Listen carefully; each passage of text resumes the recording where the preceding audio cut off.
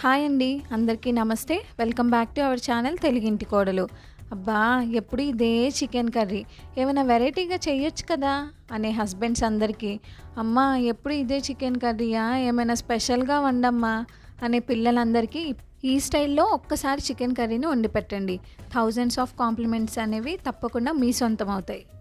మరి recipe start చేసేద్దామా? దీనికోసం 1/2 కేజీ బోన్స్తో ఉన్న చికెన్ని తీసుకోండి. ఇది గ్రేవీ కర్రీ కాబట్టి మనకి బోన్లెస్ చికెన్ అంత బాగుండదు. 2 టైమ్స్ వాటర్లో బాగా వాష్ చేసిన తర్వాత దీనిలో మనం 1/2 టీ స్పూన్ పసుపు, అలాగే 1/2 టీ స్పూన్ సాల్ట్ యాడ్ చేసుకొని ఈ రెండు ముక్కలకి బాగా పట్టేటట్టు మసాజ్ చేసుకోండి.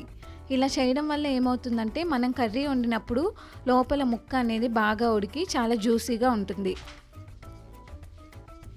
ఇలా ముక్కలన్నీ బాగా మసాజ్ చేసుకున్న తర్వాత 30 మినిట్స్ పాటు పక్కన పెట్టేసుకోండి.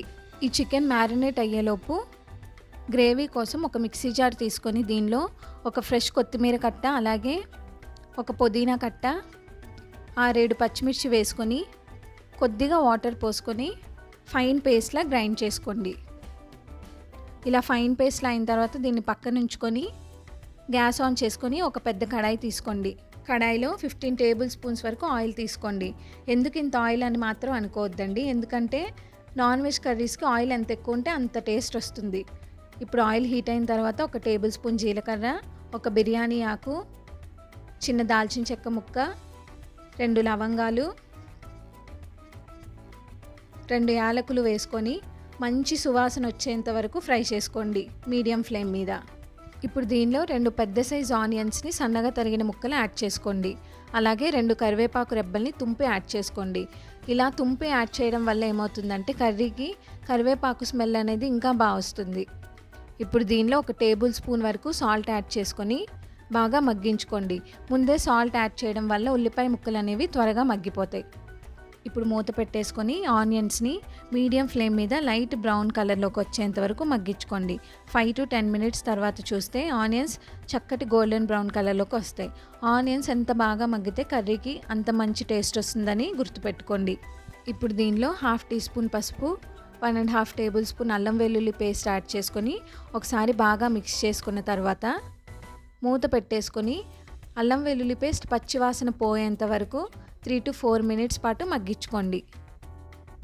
ఇప్పుడు దీనిలో మనం ముందుగా మ్యారినేట్ చేసి పెట్టుకున్న చికెన్ యాడ్ చేసేసుకొని ఒకసారి బాగా మిక్స్ చేసుకోండి. ఇలా మిక్స్ చేసుకున్న తర్వాత మూత పెట్టేసి 10 to 15 మినిట్స్ పాటు మగ్గించుకొని చికెన్ నుంచి వాటర్ బయటకు వస్తున్న స్టేజ్లో ఒక టీ గ్లాస్ వరకు వాటర్ పోసుకోండి. కొంతమంది ఏం చేస్తారంటే చికెన్లో వాటర్ ఎక్కువ పోసేస్తూ ఉంటారు గ్రేవీ ఎక్కువ రావాలని. అలా అస్సలు చేయొద్దండి, ఎందుకంటే వాటర్ ఎంత తక్కువ పోసుకుంటే చికెన్కి అంత మంచి టేస్ట్ అనేది వస్తుంది. మీకు అంతగా గ్రేవీ కావాలనుకుంటే ఆనియన్స్ని ఎక్కువగా యాడ్ చేసుకోండి, సరిపోతుంది. ఇలా వాటర్ పోసి మిక్స్ చేసుకున్న తర్వాత మూత పెట్టేసుకొని మరొక 10 మినిట్స్ పాటు మగ్గించుకోండి.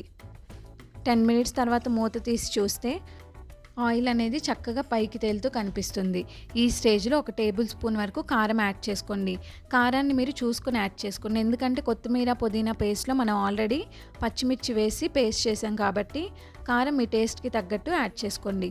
దీనిలోనే 1/2 టేబుల్ స్పూన్ జీలకర్ర పొడి, 1/2 టేబుల్ స్పూన్ ధనియాల పొడి, అలాగే 1 టేబుల్ స్పూన్ చికెన్ మసాలా కూడా యాడ్ చేసుకొని ఒకసారి బాగా మిక్స్ చేసుకోండి. ఇప్పుడు మళ్ళీ మూత పెట్టుకొని ఒక 5 to 6 మినిట్స్ వరకు మగ్గించుకోండి. 5 మినిట్స్ తర్వాత మూత తీసి చూస్తే ఆల్మోస్ట్ కర్రీ రెడీ అయిపోయినట్లే ఉంటుంది. కానీ మన మెయిన్ ఇంగ్రీడియంట్ పుదీనా పేస్ట్ ఉంది కదండి, దాన్ని యాడ్ చేసుకొని అదే జార్లో ఒక 4 to 5 టేబుల్ స్పూన్స్ వరకు వాటర్ పోసుకొని ఆ వాటర్ని కర్రీలో పోసుకోండి. ఒకసారి బాగా మిక్స్ చేసుకోండి కర్రీని. ఇది కొంచెం లెందీ ప్రాసెస్ అండి, కానీ టేస్ట్ కూడా అంతే అదిరిపోతుంది. ఇంకా లాస్ట్గా ఒక 10 గ్రామ్స్ వరకు బటర్ని యాడ్ చేసుకొని బాగా మిక్స్ చేసుకోండి. మీ దగ్గర బటర్ ఉన్నా లేకపోయినా పర్వాలేదండి, కాకపోతే బటర్ని యాడ్ చేస్తే స్మెల్ అనేది ఇంకా బాగా వస్తుందని నేను యాడ్ చేసుకున్నాను. ఇలా ఒకసారి బాగా మిక్స్ చేసుకున్న తర్వాత మూత పెట్టేసి 5 to 6 మినిట్స్ వరకు అలా వదిలేసేయండి మీడియం ఫ్లేమ్ మీద. 5 మినిట్స్ తర్వాత మూత తీయండి. అప్పుడు వస్తుంది ఆ స్మెల్, కొత్తిమీర పుదీనా పేస్ట్ బటర్ది. మీకు వెంటనే పక్కన రైస్ ఉంటే కర్రీ వేసుకొని తినేయాలనిపిస్తుంది. నాకైతే అలానే అనిపించిందండి.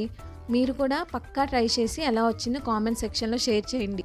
మీ ఫ్యామిలీ మెంబర్స్ మీకు ఏం కాంప్లిమెంట్స్ ఇచ్చారో కూడా కామెంట్ సెక్షన్లో షేర్ చేయండి. ఈ రెసిపీ మీకు నచ్చినట్లయితే లైక్ చేయండి, షేర్ చేయండి. అలాగే మన తెలుగింటి కోడలు ఛానల్ని సబ్స్క్రైబ్ చేసుకోవడం మాత్రం మర్చిపోకండి.